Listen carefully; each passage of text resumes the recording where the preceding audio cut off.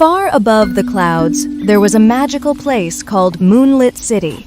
The city floated in the night sky and shined like silver under the moon. Everywhere in the city, clocks ticked all day and night. Small clocks hung on walls, giant clocks stood in towers, and even the flying trains moved because of powerful clock machines hidden under the streets. In the center of the city stood the famous Tower of Time. A quiet clockmaker named Elias lived there alone. He was the smartest inventor in Moonlit City. People said he could repair any machine, but many people feared him because he rarely smiled and spent all his time inside the tower. Only one creature truly knew Elias. It was a small orange cat named Milo. Milo was not an ordinary cat. He could speak and understand machines. Elias had found him years ago as a tiny kitten lost in the rain near a broken engine. Since that day, Milo had lived with him inside the tower. Every night, Milo watched Elias fixing clocks and building strange machines, while thousands of gears turned around them. The tower was always filled with the soft sound of ticking clocks. One cold night, something terrible happened.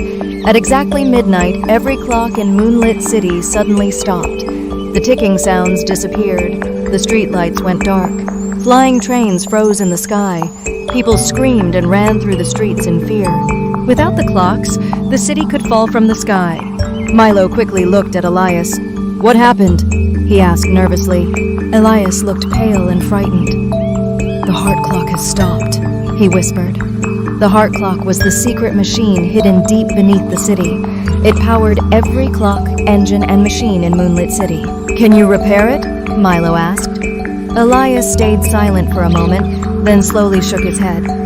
"I'm not sure," he replied sadly. While looking around the workshop, Milo noticed a glowing silver key lying on the table. "What is that?" he asked. Elias picked up the shining key carefully. "This is the last key," he explained. "It opens the chamber of the heart clock." "Then we must go now!" Milo shouted. Together, they entered an old elevator hidden inside the tower. The elevator carried them deep underground beneath Moonlit City. The tunnels below were dark, cold, and full of steam pipes and broken clocks. Suddenly, they heard strange laughter echoing through the tunnels. A tall man wearing a black coat and a mask made of broken watch pieces stepped out of the shadows. Behind him stood hundreds of glass jars glowing with golden light. Milo felt scared. The man smiled slowly. "Welcome, Elias," he said. Elias looked shocked. "The collector," he whispered.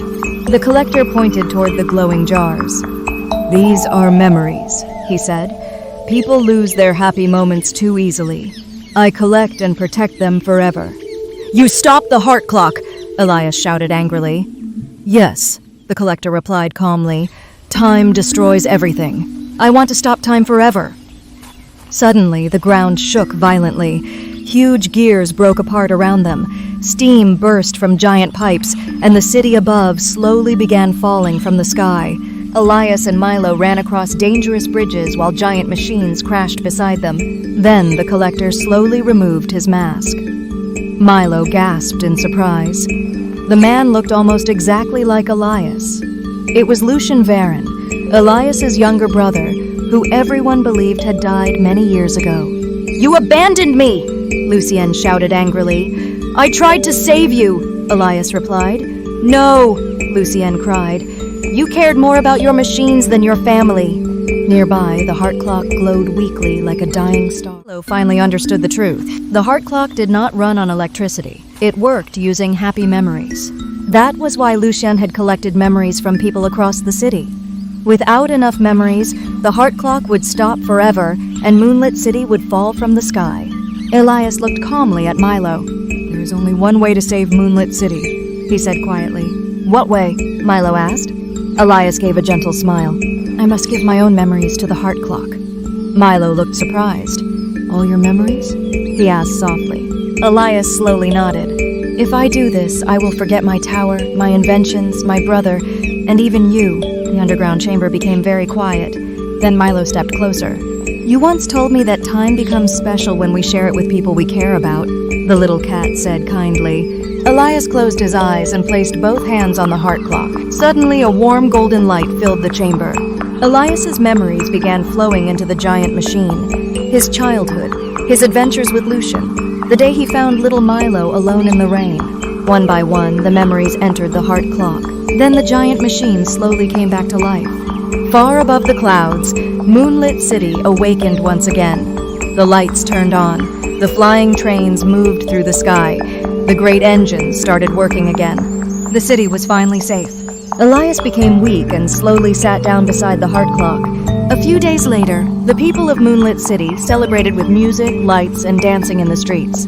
But nobody knew what Elias had given up to save them. Now Elias lived in a small watch repair shop near the city market. Every day he repaired clocks and watches for visitors. He no longer remembered his old life. But every morning, Milo visited the small shop. "Good morning," Elias said warmly each day.